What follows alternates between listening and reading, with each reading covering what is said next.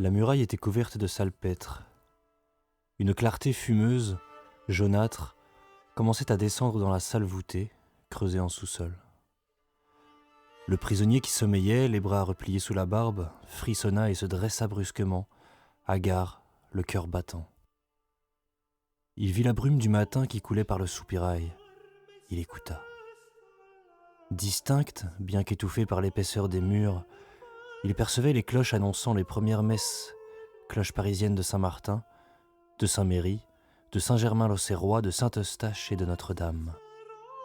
Cloches campagnardes des villages de la Courtille, de Clignancourt et du Montmartre. Le prisonnier n'entendit aucun bruit qui pût l'inquiéter. C'était l'angoisse seule qui l'avait fait sursauter. Cette angoisse qu'il retrouvait à chaque réveil, comme dans chaque sommeil il retrouvait un cauchemar. Il prit sur le sol une écuelle de bois et y but une longue gorgée d'eau pour calmer cette fièvre qui ne le quittait pas depuis des jours et des jours. Et ayant bu, il laissa l'eau reposer et se pencha sur elle comme sur un miroir. L'image qu'il parvint à saisir, imprécise et sombre, était celle d'un centenaire. Il demeura ainsi quelques instants, cherchant ce qui pouvait rester de son ancienne apparence dans ce visage flottant, cette barbe d'ancêtre, ces lèvres avalées par la bouche édentée, ce long nez amaigri qui tremblait au fond de l'écuelle. Puis il se leva, lentement, et fit 2 pas jusqu'à ce qu'il sentît se tendre la chaîne qui le liait à la muraille. Alors il se mit brusquement à hurler. « Jacques de Molay ! Jacques de Molay ! Je suis Jacques de Molay !» Rien ne lui répondit. Rien, il le savait, ne devait lui répondre. Mais il avait besoin de crier son propre nom pour empêcher son esprit de se dissoudre, pour se rappeler qu'il avait commandé des armées, gouverné des provinces, qu'il avait détenu une puissance égale à celle des souverains et que, tant qu'il garderait un souffle de vie, il continuerait d'être, même dans ce cachot, le grand maître de l'ordre des chevaliers du Temple. Par un surcroît de cruauté ou de dérision, il s'était vu assigner pour prison une salle basse de la grande tour de l'hôtel du Temple, la maison mère de l'ordre. « Et c'est moi qui ai fait rénover cette tour !» murmura le grand maître avec colère, en frappant du poing la muraille. Son geste lui arracha un cri. Il avait oublié son pouce écrasé par les tortures. Mais quelle était la place de son corps qui ne fût pas une plaie, ou le siège d'une douleur? Le sang circulait mal dans ses membres, et il souffrait d'abominables crampes depuis qu'on l'avait soumis au supplice des brodequins, les jambes enfermées dans les planches de chêne que les tourmenteurs resserraient en enfonçant des coins à coups de maillet. Il entendait la voix froide, insistante de Guillaume de Nogaret, le garde des sceaux du royaume, qui l'engageait à avouer. À avouer quoi? Il s'était évanoui. Sur ses chairs lacérées, déchirées, la crasse, l'humidité, le manque de nourriture avaient fait leur œuvre. Mais de toutes les tortures endurées, la plus horrible certainement avait été celle de l'étirement. Un poids de 180 livres attaché au pied droit, on l'avait hissé par une corde à poulie jusqu'au plafond. Et toujours la voix sinistre de Guillaume de Nogaret. « Mais avouez donc, messire !» Et comme il s'obstinait à nier, on avait tiré, toujours plus fort, toujours plus vite du sol aux voûtes.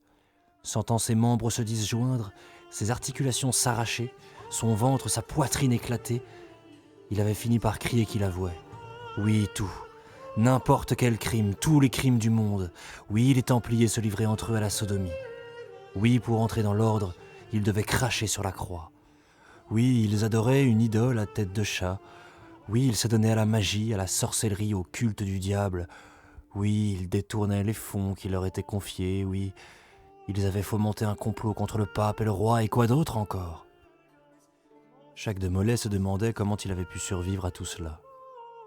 Sans doute parce que les tourments, savamment dosés, n'avaient jamais été poussés jusqu'au point qu'il en dût mourir, et parce qu'un vieux chevalier entraîné aux armes et à la guerre avait plus de résistance qu'il ne le crut lui-même. Il s'agenouilla, les yeux tournés vers le rayon de clarté du soupirail. « Seigneur mon Dieu, prononça-t-il, pourquoi m'avez-vous mis moins de force dans l'âme que dans la carcasse? Étais-je bien digne de commander l'ordre? Vous ne m'avez pas évité de tomber dans la lâcheté. Épargnez-moi, Seigneur Dieu, de tomber dans la folie. Je ne saurais guère tenir davantage. Je ne saurais guère. Enchaîné depuis 7 années, il ne sortait que pour être traîné devant les commissions d'enquête et subir toutes les menaces des légistes, toutes les pressions des théologiens. On pouvait bien, à pareil régime, craindre de devenir fou. Souvent, le grand maître perdait la notion du temps. Pour se distraire, il avait essayé d'apprivoiser un couple de rats qui venaient chaque nuit ronger les restes de son pain. Il passait de la colère aux larmes, des crises de dévotion au désir de violence, de l'hébétude à la fureur. Ils en crèveront, se répétait-il. Qui crèverait? Clément? Guillaume? Philippe? Le pape, le garde des sceaux, le roi? Ils mourraient. Mollet ne savait comment, mais sûrement dans des souffrances abominables pour expier leurs crimes. Et il remâchait sans cesse leurs 3 noms abhorrés. Toujours à genoux et la barbe vers le soupirail, le grand maître murmura « Merci, Seigneur mon Dieu, de m'avoir laissé la haine. C'est la seule force qui me soutienne encore. » Il se releva avec peine et regagna le banc de pierre cimenté à la muraille et qui lui servait à la fois de siège et de lit. Qui aurait pu jamais imaginer qu'il en arriverait là? Sa pensée le reportait constamment vers sa jeunesse, vers l'adolescent qu'il avait été, 50 ans plus tôt, et qui descendait les pentes de son Jura natal pour courir la grande aventure. Comme tous les cadets de noblesse à cette époque, il avait rêvé d'endosser le long manteau blanc à croix noire qui constituait l'uniforme du Temple. Le seul nom de Templier évoquait alors l'Orient et l'épopée. Les navires aux voiles gonflés cinglant sur des mers toujours bleues, les charges au galop dans des pays de sable, les trésors d'Arabie, les captifs rançonnés, les villes enlevées et pillées, les châteaux forts gigantesques. On racontait même que les Templiers avaient des ports secrets d'où ils s'embarquaient pour des continents inconnus. Et Jacques de Molay avait vécu son rêve. Il avait navigué, il avait combattu et habité de grandes forteresses blondes. Il avait marché fièrement dans des rues qui sentaient les épices et l'encens, vêtu du superbe manteau dont les plis tombaient jusqu'à ses éperons d'or. Il s'était élevé dans la hiérarchie de l'ordre plus haut qu'il n'eût jamais osé l'espérer, franchissant toutes les dignités pour être enfin porté, par le choix de ses frères, à la fonction suprême de grand maître de France et d'outre-mer et au commandement de 15 000 chevaliers. Et tout cela aboutissait à cette cave, cette pourriture, ce dénuement. Peu de destins montraient une si prodigieuse fortune suivie d'un si grand abaissement. Jacques de Molay, à l'aide d'un maillon de sa chaîne, traçait dans le salpêtre du mur de vagues traits qui figuraient les lettres de Jérusalem, lorsqu'il entendit des pas lourds et des bruits d'armes dans l'étroit escalier qui descendait à son cachot. L'angoisse à nouveau l'étreignit, mais cette fois motivée. La porte grinça en s'ouvrant. Molay aperçut, derrière le geôlier, 4 archers en tunique de cuir et la pique à la main. Leur haleine s'épanouissait, blanche autour de leur visage. « Nous venons vous chercher, messire, » dit l'un d'eux. Molay se leva sans prononcer un mot. Le geôlier s'approcha et, à grands coups de marteau et de burin, fit sauter le rivet qui reliait la chaîne aux bracelets de fer dans lesquels étaient enfermées les chevilles du prisonnier. Celui-ci serra sur ses épaules décharnées son manteau de gloire, qui n'était plus maintenant qu'une guenille grisâtre. La croix, sur l'épaule, s'en allait en lambeaux. Dans ce vieillard épuisé, chancelant, qui gravissait les pieds alourdis par les fers les marches de la tour, il restait encore quelque chose du chef de guerre qui, de Chypre, commandait à tous les chrétiens d'Orient. « Seigneur mon Dieu, donnez-moi la force, murmurait-il intérieurement. Donnez-moi un peu de force. » Et pour trouver cette force, il se répétait les noms de ses 3 ennemis. Clément, Guillaume, Philippe. La brume emplissait la vaste cour du temple, encapuchonnait les tourelles du mur d'enceinte, se glissait entre les créneaux, ouattait la flèche de l'église de l'ordre. Une centaine de soldats se tenaient l'arme au pied, entourant un grand chariot ouvert et carré. Par-delà les murailles, on entendait la rumeur de Paris, et parfois le hennissement d'un cheval s'élevait avec une tristesse déchirante. Au milieu de la cour, messire Alain de Pareil, capitaine des archers du roi, l'homme qui assistait à toutes les exécutions, qui accompagnait tous les condamnés vers les jugements et les supplices, marchait à pas lents, le visage fermé par un grand air d'ennui. Ses cheveux couleur d'acier retombaient en mèches courtes sur son front carré. Il portait la côte de maille, une épée au côté, et tenait son casque au creux du bras. Il se retourna en entendant sortir le grand maître, et celui-ci, l'apercevant, se sentit pâlir, si pâlir lui était encore possible. D'ordinaire, pour les interrogatoires, on ne déployait pas si grand appareil. Il n'y avait ni ce chariot, ni tous ces hommes d'armes. Quelques sergents royaux venaient quérir les accusés pour les passer en barque de l'autre côté de la Seine, le plus souvent à la nuit tombante. « Alors, c'est chose jugée ?» demanda Molé au capitaine des archers. « Ça l'est, messire, » répondit celui-ci. « Et savez-vous, mon fils, dit Molé après une hésitation, ce que contient le jugement ? » « Je l'ignore, messire, j'ai ordre de vous conduire à Notre-Dame pour en entendre lecture. » Il y eut un silence, puis Jacques de Molay dit encore : « Quel jour nous trouvons-nous ? » ?»« Le lundi après la Saint-Grégoire. » Ce qui correspondait au 18 mars, le 18 mars 1314. « Est-ce à la mort que l'on me mène ? » se demanda Molay. La porte de la tour s'ouvrit à nouveau et, escortés de gardes, 3 autres dignitaires apparurent. Le visiteur général, le précepteur de Normandie, le commandeur d'Aquitaine. Les cheveux blancs, eux aussi, la barbe broussailleuse, le corps flottant dans leur manteau en haillons, ils restèrent immobiles un moment, les paupières battantes et pareils à de grands oiseaux de nuit que la lumière empêche de voir. Ce fut le précepteur de Normandie, Geoffroy de Charnay, qui, le premier, s'empêtrant dans ses fers, se précipita vers le grand maître et l'étreignit. Une longue amitié unissait les 2 hommes. Jacques de Molay avait fait toute la carrière de Charnay, de 10 ans son cadet et dans lequel il voyait son successeur. Charnay avait le front entaillé d'une profonde cicatrice et le nez dévié, reste d'un combat ancien où un coup d'épée avait entamé son aume. Cet homme rude, au visage modelé par la guerre, vint enfoncer son front dans l'épaule du grand maître pour cacher ses larmes. « Courage, mon frère. Courage, dit Molay en le serrant dans ses bras. Courage, mes frères, répéta-t-il en donnant ensuite l'accolade aux 2 autres dignitaires. Un geôlier s'approcha. Vous avez le droit d'être défergé, messire, dit-il. Le grand maître écarta les mains d'un geste amer et las. Je n'ai pas le denier, répondit-il. Car, pour qu'on leur ôtât leur fer à chaque sortie, les Templiers devaient donner 1 denier sur le sou qui leur était journalement alloué et avec lequel ils étaient censés payer leur ignoble nourriture, la paille de leur geôle et le lavage de leur chemise. Supplémentaire cruauté, et bien dans la manière procédurière de Nogaret. Ils étaient inculpés, non condamnés. Ils avaient droit à une indemnité d'entretien, mais calculée de telle sorte qu'ils jeûnaient 4 jours sur 8, dormaient sur la pierre et pourrissaient dans la crasse. Geoffroy de Charnay prit dans une vieille bourse de cuir pendue à sa ceinture les 2 deniers qui lui restaient et les jeta sur le sol, 1 pour ses fers, 1 pour ceux du grand maître. « Mon frère, dit Jacques de Molay avec un geste de refus.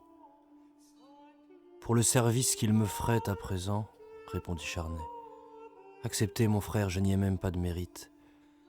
Si l'on nous déferge, c'est peut-être bon signe, dit le visiteur général. Peut-être le pape a-t-il décidé notre grâce ?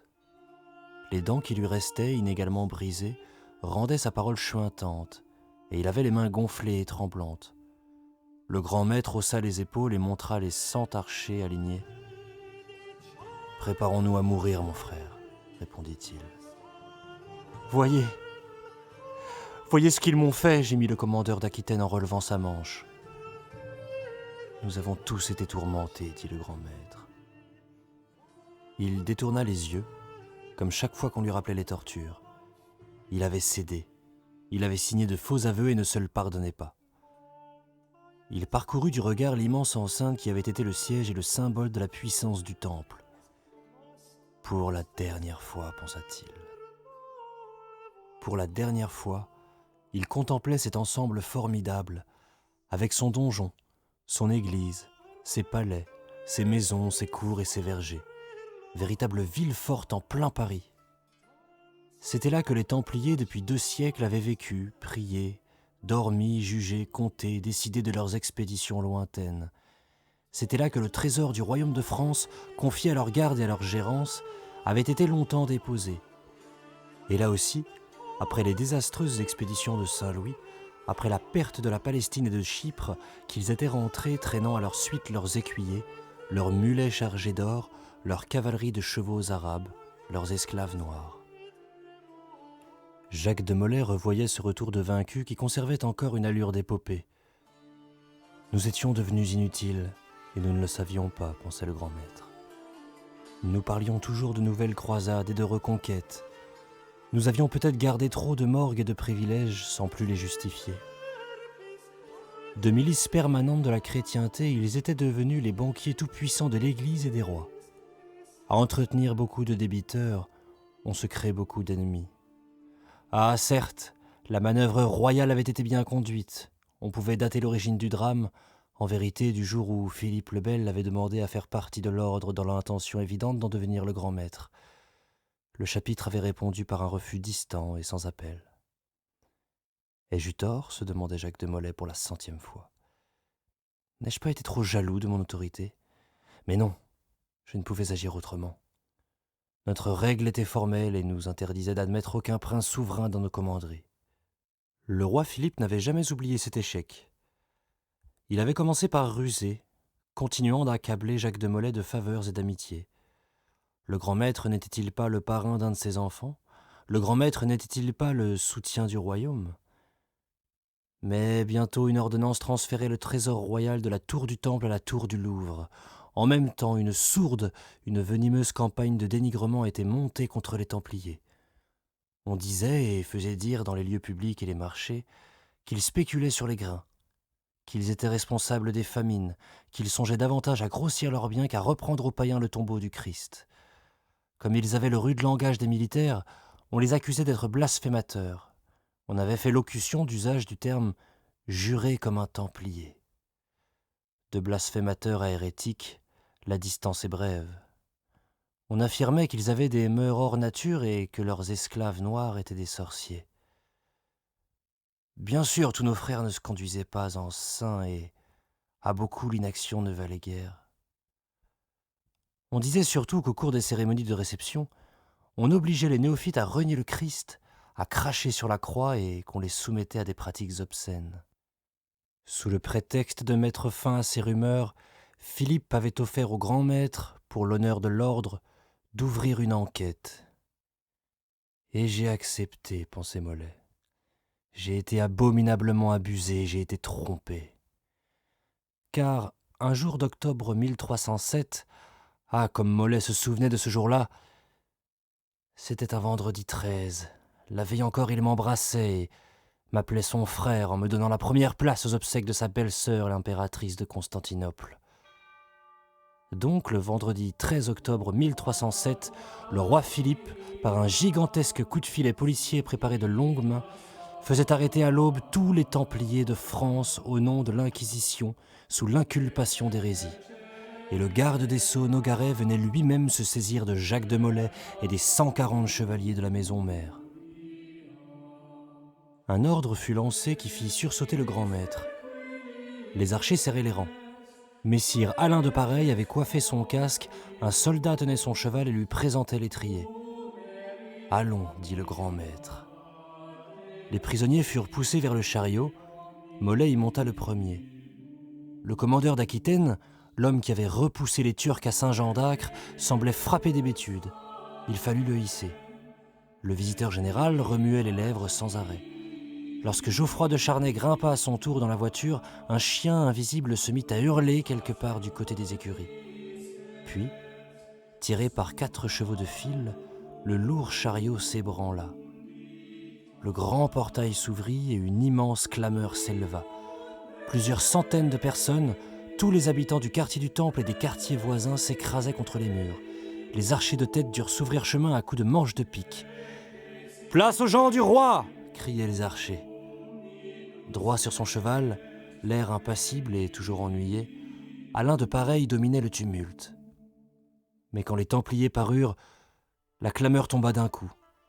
Devant ces 4 vieux hommes décharnés, que le chaos des roues pleines jetait les uns contre les autres, les Parisiens eurent un moment de stupeur muette, de compassion spontanée.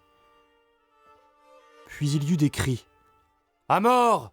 À mort les hérétiques !» lancés par des sergents royaux mêlés à la foule. Alors, les gens qui sont toujours prêts à crier avec le pouvoir et à faire les orageux quand ils ne risquent rien commencèrent un beau concert de gueules. « À mort, voleurs! Idolâtres, voyez-les! Ils ne sont plus si fiers aujourd'hui, ces païens! À mort !» Insultes, moqueries, menaces s'élevaient le long du cortège. Mais cette fureur restait maigre. La plus grande partie de la foule continuait à se taire et son silence, pour prudent qu'il fût, n'en était pas moins significatif. Car en 7 ans, le sentiment populaire s'était modifié. On savait comment avait été conduit le procès. On avait vu des Templiers à la porte des églises montrer aux passants les os qui leur étaient tombés du pied après les tortures. On avait vu dans plusieurs villes de France mourir les chevaliers par dizaines sur les bûchers. On savait que certaines commissions ecclésiastiques s'étaient refusées à prononcer les condamnations et qu'il avait fallu y nommer de nouveaux prélats, comme le frère du Premier ministre Marigny, pour accomplir cette besogne. On disait que le pape Clément V lui-même n'avait cédé que contre son gré, parce qu'il était dans la dépendance du roi et qu'il avait craint de subir le même sort que son prédécesseur, le pape Boniface, giflé sur son trône. Et puis en ces 7 ans, le blé ne s'était pas fait plus abondant, le pain avait encore enchéri, et il fallait bien admettre que ce n'était plus la faute des Templiers. 25 archers, l'arc en bandoulière et la pique sur l'épaule, marchaient devant le chariot, 25 allaient sur chaque flanc et autant fermaient le cortège. « Ah, si seulement il nous restait un peu de force au corps, pensait le grand maître. À 20 ans, il eût sauté sur un soldat, lui eût arraché sa pique et eût tenté de s'échapper ou bien se fût battu sur place jusqu'à la mort. Derrière lui, le frère visiteur marmonnait entre ses dents cassées. « Ils ne nous condamneront pas. Je ne peux pas croire qu'ils nous condamnent, nous ne sommes plus dangereux. » Et le commandeur d'Aquitaine, émergeant de son hébétude, disait « C'est bonne chose de sortir. C'est bonne chose de respirer l'air frais, n'est-ce pas, mon frère ?» Le précepteur de Normandie toucha le bras du grand maître. « Mais sire, mon frère, dit-il à voix basse, je vois des gens pleurer dans cette foule et d'autres faire le signe de la croix. Nous ne sommes point seuls dans notre calvaire. » « Ces gens-là peuvent nous plaindre, mais ils ne peuvent rien pour nous sauver, » répondit Jacques de Molay. « Ce sont d'autres visages que je cherche. » Le précepteur comprit l'espérance ultime, insensée, à laquelle le grand maître se raccrochait. Instinctivement, il se mit lui aussi à scruter la multitude. Car parmi les 15 000 chevaliers du Temple, un nombre appréciable avait échappé aux arrestations de 1307. Les uns s'étaient réfugiés dans les couvents, d'autres s'étaient défroqués et vivaient clandestins, dans les campagnes ou les villes. D'autres encore avaient gagné l'Espagne où le roi d'Aragon, refusant d'obéir aux injonctions du roi de France et du pape, avait laissé aux Templiers leur commanderie et fondé avec eux un nouvel ordre. Il y avait ceux également que certains tribunaux relativement cléments avaient confiés à la garde des hospitaliers. Beaucoup de ces anciens chevaliers demeurés en liaison avaient constitué une sorte de réseau secret. Et Jacques de Molay se disait que peut-être un complot s'était-il monté. Peut-être qu'en un point du parcours, au coin de la rue des Blancs-Manteaux, ou de la rue de la Bretonnerie, ou du cloître Saint-Méry, un groupe d'hommes allait surgir et, sortant des armes de dessous leurs cottes, fondre sur les archers, tandis que d'autres conjurés postés aux fenêtres lanceraient des projectiles. Avec une charrette poussée en travers de la chaussée, on pouvait bloquer la voie et compléter la panique. Et pourquoi nos anciens frères feraient-ils cela, pensa Molay. Pour délivrer leur grand maître qui les a trahis, qui a renié l'ordre, qui a cédé aux tortures. Pourtant, il s'obstinait à observer la foule le plus loin qu'il pouvait, et il n'apercevait que des pères de famille qui avaient hissé leurs petits-enfants sur leurs épaules. Des enfants qui, plus tard, quand on prononcerait devant eux le nom des Templiers, ne se souviendraient que de 4 vieillards barbus et grelottants, encadrés de gendarmes comme des malfaiteurs publics. Le visiteur général continuait de parler tout seul, en chuintant, et le héros de Saint-Jean d'Acre de répéter qu'il faisait bon se promener matin. Le grand maître sentit se former en lui une de ces colères à demi démentes qui le saisissaient si souvent dans sa prison et le faisaient hurler en frappant les murs. Il allait sûrement accomplir quelque chose de violent et de terrible. Il ne savait quoi, mais il avait besoin de l'accomplir. Il acceptait sa mort presque comme une délivrance, mais il n'acceptait pas de mourir injustement, ni de mourir déshonoré. La longue habitude de la guerre remuait une dernière fois son vieux sang. Il voulait mourir en se battant. Il chercha la main de Geoffroy de Charnay, son ami, son compagnon, le dernier homme fort qui lut à côté de lui, et il étreignit cette main. Le précepteur de Normandie vit, sur les tempes creusées du grand maître, les artères qui se gonflaient comme des couleuvres bleues. Le cortège atteignait le pont Notre-Dame.